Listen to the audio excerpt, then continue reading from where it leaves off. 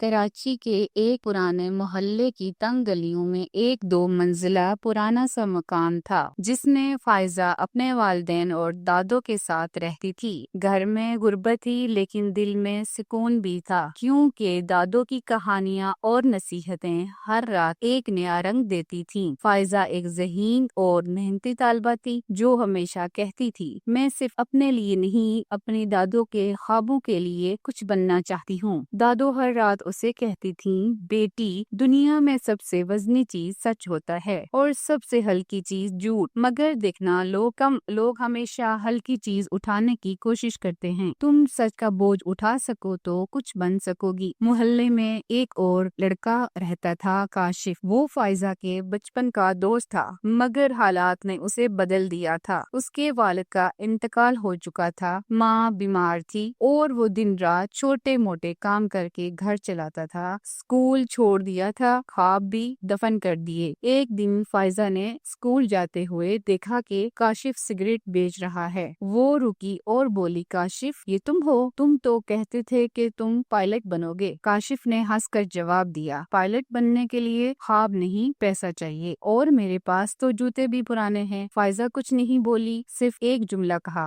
दादो कहती हैं, इंसान जो बनना चाहे उसे सब कुछ बदलने की ताकत मिलती है, बस खुद को बदलना पड़ता है। फायजा ने मैट्रिक में पूरे शहर में पहली पोजीशन हासिल की। पूरा मोहल्ला खुश था। दादो ने मिठाई बांटी, मगर किस्मत ने एक नया इम्तिहान लिया। उसके वालिद को दिल का दौरा पड़ा और उनकी नौकरी भी चली गई। घर के हालात बदलने लगे। वो यूं ही यूनिवर्सिटी में दाखिला लेना चाहती थी। अब सोच रही थी कि किसी फैक्ट्री में काम कर ले। दादो ने उसे चुपके से एक पुरानी संदूकची में से 5,000 रुपए निकाल कर दिए और कहा, बेटी, ये मैंने तेरे दाखिले के लिए संभाल कर रखे थे, ख्वाब मत बेचना, हालात बदल जाएंगे। फायजा ने वो रकम लेकर यूनिवर्सिटी में दाखिला ले लिया। दिन को पढ़ती, शाम को बच्चों को ट्यूशन देती और रात को सिलाई का काम करती। कभी शिकायत ना की। एक दिन रास्ते में उस्ताद कमर से मुलाकात हुई, जो मोहल्ले में बुजुर्ग समझे जाते थे। उन्होंने फायजा से पूछा, बेटी, इतनी थकी थकी क्यों लग रही हो? फायजा ने मुस्कुरा कर कहा, बस वक्त के साथ साथ थकन भी जेब में रख ली है उस्ताद जी। उस्ताद कमर ने एक छोटा सा चिराग उसे दिया और कहा, इसे हर रात जलाना, ये तुम्हें याद दिलाता रहेगा कि रोशनी अंधेरे से लड़ती है मगर कभी हारती नहीं। चंद महीने बाद फायजा ने यूनिवर्सिटी में एक मजमून लिखा, परछाइयाँ, वो लोग जो हमारे पीछे खड़े होते हैं वो हमें गिरने नहीं देते। इस मजमून ने पूरे पाकिस्तान में मुकाबला जीत लिया और